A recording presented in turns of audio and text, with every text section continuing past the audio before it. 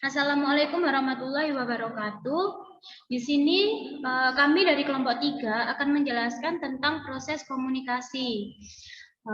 Dari kami kelompok 3 sendiri terdiri dari anggota yang pertama ada Siti Ananila, yang kedua ada Amalia Dinda, yang ketiga ada Nabila Iza, terus yang keempat ada Regina Pramesti, yang kelima ada diri saya sendiri Inayatul Habibah, dan yang keenam akan diisi sama Dewi Leli.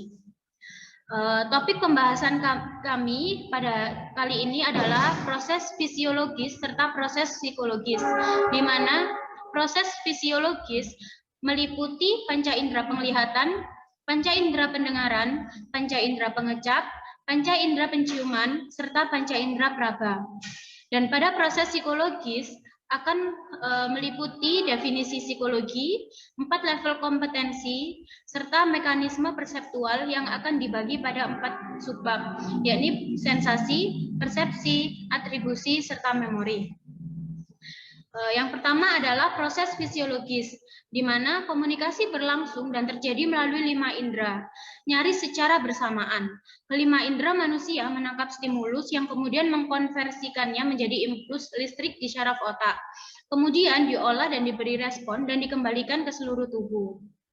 5 indera kita meliputi yang pertama ada panca indera pendengaran, di mana panca indera ini memiliki peran yang sangat penting dalam proses komunikasi karena dia mengantarkan jutaan informasi. Kemudian yang kedua ada panca indera pendengaran, di mana panca indera ini bertanggung jawab untuk menangkap gelombang suara. Ketika indera penglihatan mengalami hambatan, maka kita seringkali lebih mengandalkan pada pendengaran. Nah, yang ketiga ada panca indera pengecap, di mana panca indera ini mengantarkan jutaan kombinasi informasi yang tidak terbatas pada kelima rasa yang dikenali oleh lidah. Informasi berupa tekstur, kedalaman, serta temperatur. Kemudian yang selanjutnya ada panca indera penciuman, di mana panca indera ini bertugas menangkap aroma yang dihasilkan oleh objek kimiawi dari sekitar kita. Dan yang terakhir ada panca indera peraba, di mana panca indera ini biasanya terdapat pada kulit, di mana kulit menerima stimulus perabaan atau somatosensori berupa sentuhan, tekanan, dan rasa sakit sebagai bentuk persepsi. Baik, saya akan menjelaskan materi selanjutnya, yaitu proses psikologis. Definisi psikologi. Psikologi berasal dari bahasa Latin yang artinya jiwa. Menurut Bruno 2002 mendefinisikan psikologi menjadi 3 kata, yaitu sebagai ilmu pengetahuan. Sebab dalam pembangunan teori dan kesimpulannya didasarkan pada serangkaian data atau fakta empiris. Kedua adalah perilaku atau behavior. Sebab dalam perilaku mencakup 3 aspek, yaitu kognitif, emosi, dan psikomotor. Dan yang ketiga ada makhluk hidup atau organisme. Sebab segala bentuk kehidupan dapat menjadi objek studi psikologi. Secara luas, psikologi adalah ilmu tentang perilaku dan proses mental manusia, di mana psikologi sebagai ilmu pengetahuan yang memiliki 4 tujuan eksplisit, yaitu menggambarkan, menjelaskan, memperkirakan, serta mengontrol munculnya perilaku. Pada dasarnya, manusia ingin meningkatkan komunikasinya. Menurut Triandis, 1994, terdapat 4 level kompetensi komunikasi yang harus diketahui. Yang pertama ada unconscious incompetent, yaitu ketika kita salah dalam menginterpretasikan pesan yang disampaikan kepada pihak lain, yang bentuknya bisa dalam perilaku, di mana kita tidak menyadari kalau kita tidak tahu. Yang kedua ada unconscious incompetence, yaitu ketika kita mengetahui bahwa kita salah menginterpretasikan pesan kepada pihak lain dengan benar dan kita tidak tahu harus berbuat apa. Yang ketiga ada unconscious competent. Nah, di sini ketika kita itu mengetahui dan sadar bahwa kita paham terhadap pesan yang disampaikan dan kita berusaha untuk memodifikasi perilaku kita dalam rangka merespon pesan yang disampaikan kepada pihak lain. Dan yang keempat ada unconscious competent. Nah, di sini ketika pola komunikasi yang tepat dan memang seharusnya telah menjadi bagian dari kehidupan dan menjadi kebiasaan kita, maka kita perlu membutuhkan waktu lebih lama untuk berpikir bagaimana harus berhubungan dengan pihak-pihak lain dan ragam komunikasi yang berbeda-beda setiap orang. Baik, materi selanjutnya akan dibahas oleh teman saya. Yang selanjutnya ada mekanisme perseptual. Yang pertama ada sensasi. Sensasi merupakan tahap awal dalam penerimaan informasi yang menjadi sumber utama dalam proses komunikasi. Sensasi berasal dari kata Latin sensatus yang artinya dianugerahi dengan alat indera atau intelektual. Bentuk-bentuk persepsi adalah temperatur, warna rasa, dan aroma.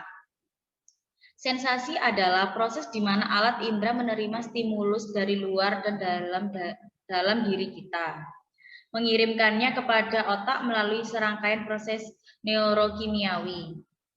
Terdapat 4 kondisi yang harus dipenuhi agar sebuah kejadian disebut sebagai sensasi. Yang pertama, adanya stimulus. Yang kedua, reseptor sensorik harus mengonversi stimulus menjadi impuls-impuls saraf. Yang ketiga, ada kondisi fisiologis. Yang keempat, bagian otak harus mampu menerima dan mengintegrasikan impuls saraf. Indra diklasifikasikan berdasarkan sensasi yang dirasakan, yakni yang pertama ada indra dengan sensasi umum yang dibagi menjadi sensasi somatik, tekanan, sentuhan, dan getaran, dan sensasi visceral, memberikan informasi mengenai kondisi organ dalam tubuh. Yang kedua, indra dengan sensasi khusus, penciuman, pengecap, penglihatan, pendengaran, dan keseimbangan. Penjelasan selanjutnya akan dijelaskan oleh teman saya. Selanjutnya, saya akan menjelaskan mekanisme perseptual bagian persepsi. Persepsi dalam artian umum adalah pandangan seseorang terhadap sesuatu yang akan membuat respon bagaimana dan dengan apa seseorang akan bertindak. Tahap-tahap terjadinya persepsi menurut Walgito ada 4. Yang pertama, proses kealaman, kedua, proses fisiologis, ketiga, proses psikologis, dan yang terakhir adalah hasil yang diperoleh dari proses persepsi. Untuk yang pertama, merupakan proses ditangkapnya suatu stimulus oleh alat indera manusia.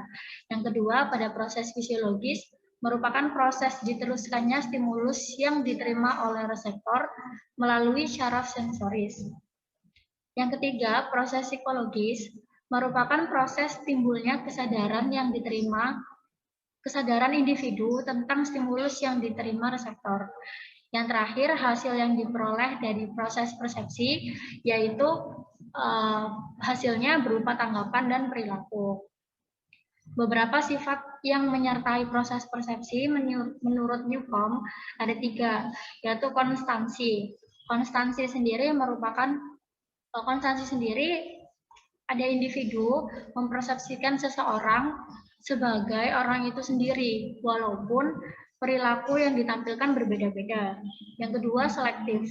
Selektif merupakan keterbatasan kemampuan perseptor dalam menerima banyak informasi dalam waktu bersamaan, sehingga informasinya diselektif sedemikian mungkin. Yang ketiga, proses organisasi yang selektif. Ada beberapa kumpulan informasi yang sama yang dapat disusun ke dalam pola menurut cara yang berbeda-beda. Berikutnya ada faktor yang mempengaruhi persepsi, ada 2, yaitu faktor fungsional dan faktor struktural. Faktor fungsional berasal dari needs atau kebutuhan seseorang, pengalaman masa lalu, dan hal-hal yang bersifat personal. Di faktor struktural berasal dari stimuli fisik dan efek-efek syaraf yang ditimbulkan pada sistem syaraf. Menurut Gestalt, bila kita mempersepsikan sesuatu, tendensi kita mempersepsikannya itu sebagai suatu keseluruhan, jadi bukan sesuatu yang terpisah-pisah. Selanjutnya ada faktor pembentuk persepsi. Di sini ada 3 faktor utama, yaitu faktor target, pemersepsi, dan situasi. Selanjutnya ada aspek-aspek persepsi menurut Alford. Aspek yang pertama merupakan komponen kognitif. Komponen kognitif sendiri tersusun atas dasar pengetahuan atau informasi. yang kemudian terbentuk keyakinan tentang suatu objek sikap. Yang kedua merupakan komponen afektif. Komponen afektif berhubungan dengan rasa senang dan tidak senang. Sifatnya yang evaluatif berhubungan erat dengan nilai-nilai budaya. Yang ketiga adalah komponen konatif, merupakan kesiapan untuk bertingkah laku yang berhubungan dengan objek sikapnya. Selanjutnya akan dilanjutkan oleh teman saya. Nah, mekanisme perseptual yang ketiga yaitu atribusi. Atribusi sendiri itu artinya ketika individu menginterpretasikan makna dan menghubungkan mana-mana tersebut ke dalam bentuk respon, perilaku, dan pikiran. Teori atribusi dibagi menjadi dua. Yang pertama internal dan yang kedua eksternal. Yang internal ini difokuskan pada kondisi personal seperti kepribadian, sikap, karakter, dan minat. Nah, yang eksternal difokuskan pada situasi luar individu seperti pendidikan, pola asuh, kondisi lingkungan, dan acuan. Adapun kesalahan dalam pemberian atribusi menurut Baron dan Brand bersumber pada yang pertama kesalahan atribusi yang mendasar, yang kedua efek pelaku dan pengamat, yang ketiga mengutamakan diri sendiri. Selanjutnya akan dijelaskan oleh teman saya, Regina. Di sini saya akan melanjutkan presentasi dari mekanisme perseptual yang memori. Memori adalah sistem yang sangat terstruktur yang menyebabkan organisme sanggup merekam fakta tentang dunia dan menggunakannya untuk membimbing perilakunya. Memori sendiri melewati 3 proses, yakni perekaman, penyimpanan, dan pemanggilan. Perekaman yaitu pencatatan informasi melalui reseptor indera dan sistem saraf internal. Sedangkan penyimpanan yaitu menentukan berapa lama informasi itu berada di kita dalam bentuk apa dan di mana. Lalu yang selanjutnya ada pemanggilan. Pemanggilan yaitu menggunakan informasi yang disimpan. Untuk formulasinya sendiri ada 3 proses, yaitu encoding, storage, sama retrieval. Nah, encoding itu meliputi kegiatan menerima, memproses, dan mengkombinasikan segala informasi yang didapat melalui proses persepsi. Storage-nya yaitu meliputi pembuatan catatan permanen atau sementara terhadap informasi yang sudah diproses pada tahap sebelumnya. Dan yang terakhir adalah retrieval, yaitu pemanggilan kembali informasi yang telah disimpan untuk digunakan pada saat tertentu. Sekian presentasi dari kelompok kami. Apabila ada salah kata kami mohon maaf, dan apabila ada yang ingin ditanyakan, bisa langsung menghubungi kelompok kami. Wassalamualaikum warahmatullahi wabarakatuh.